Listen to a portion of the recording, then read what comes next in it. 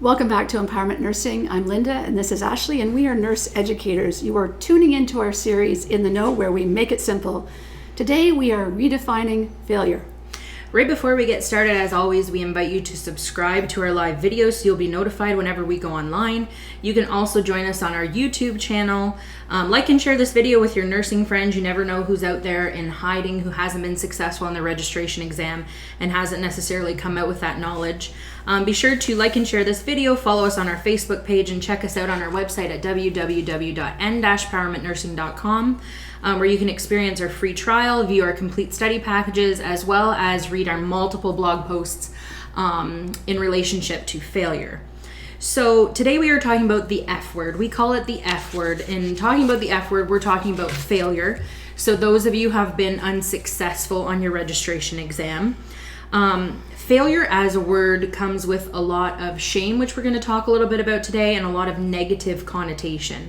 But there's so many variables that come into play for those who are unsuccessful on the registration exam, specifically the NCLEX, a lot of other F words that aren't failure. So we're going to talk about kind of what can contribute to not being successful on the registration exam, something everybody's feeling that nobody likes to talk about. So some other F words that might have had something to do resulting in failure on this exam, the main one being facts. So if you didn't review core content knowledge, this is so important because if you're writing the NCLEX exam, you've been in school for 4 years.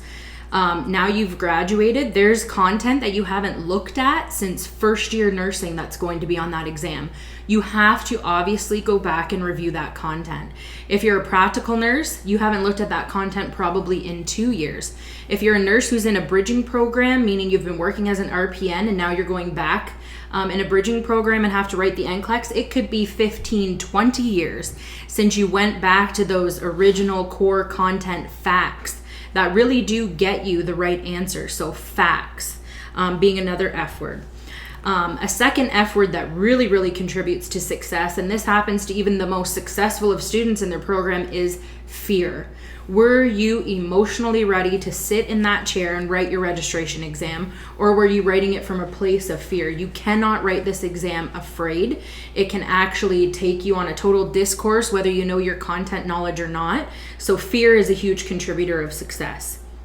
Another word that comes up is fundamentals. Did you go back to the basics? Did you, not just the facts, right, but the very basics? Therapeutic communication being a really good example that you're introduced to in usually your first theory course in nursing. You wouldn't believe how often that is the difference between those two correct answers that you see on the registration exam. So really knowing all of that fundamental knowledge. Again, in bridging programs, for the most part, they don't go back to fundamentals because they assume that you already have those fundamentals, but they are highly tested on your registration exam. And a fourth word, F word, that contributes, and one that we hold dear to our heart, is fairness, especially when it comes to the registration exam on the NCLEX. So every individual writes a different NCLEX exam. This means that you cannot compare yourselves to others who have graduated in your same cohort. We hear often, one of the weakest students passed and I was the stronger student and I wasn't successful and I don't understand. The exam is not fair in that it doesn't test everybody the same way. Everybody's going to have a completely different exam experience. They're going to be asked totally different questions. Maybe you were asked questions that weren't necessarily your strong suit. Maybe you were asked questions that were your weaker content areas, which is why you need to be sure you've covered all of your bases. So those are just 4 other F words that contribute to failure.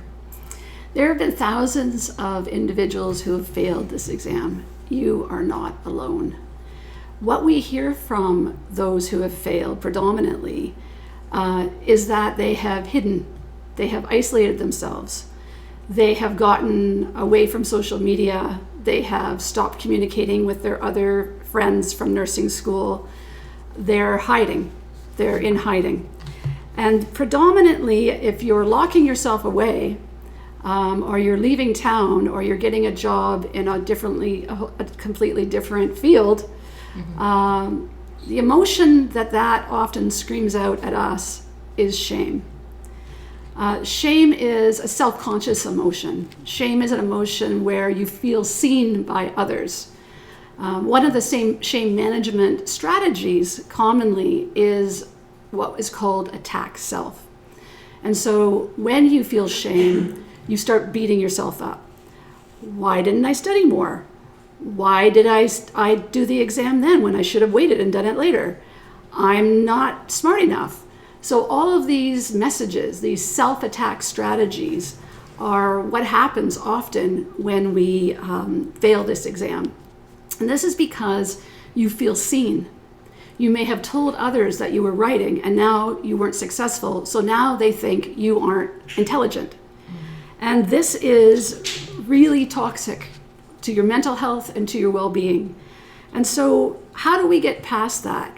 This isn't because of your lack of intelligence. You were intelligent enough to graduate your program. It isn't about intelligence. It has to do with other F words, which Ashley has just told us about. And so you actually have to be vulnerable.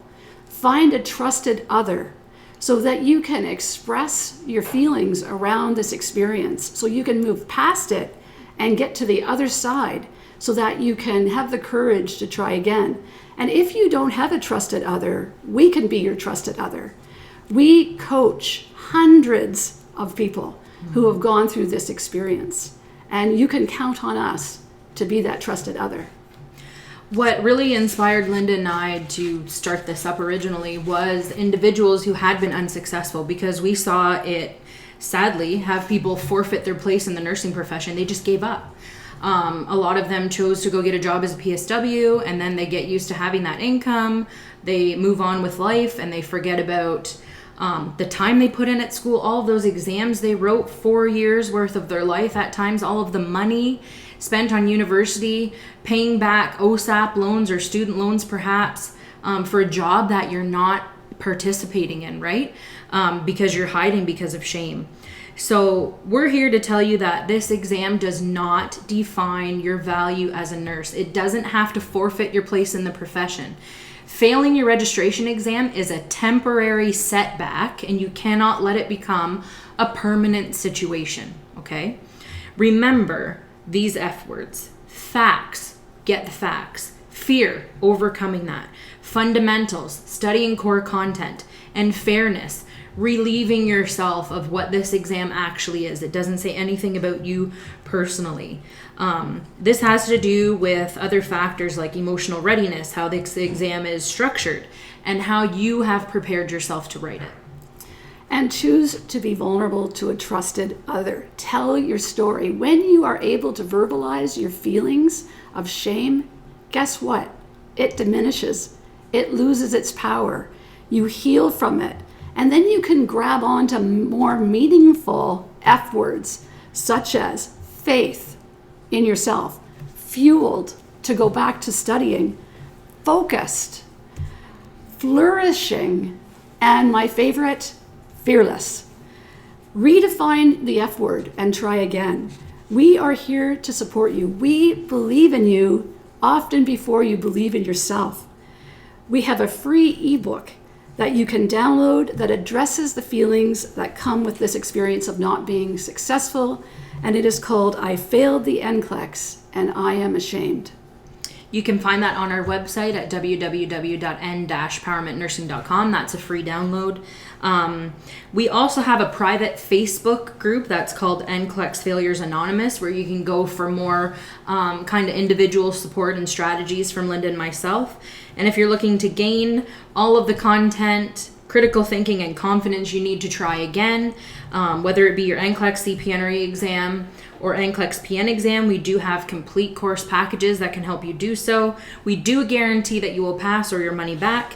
And thank you so much for joining us this week on In the Know, and we will see you next time. Bye for now.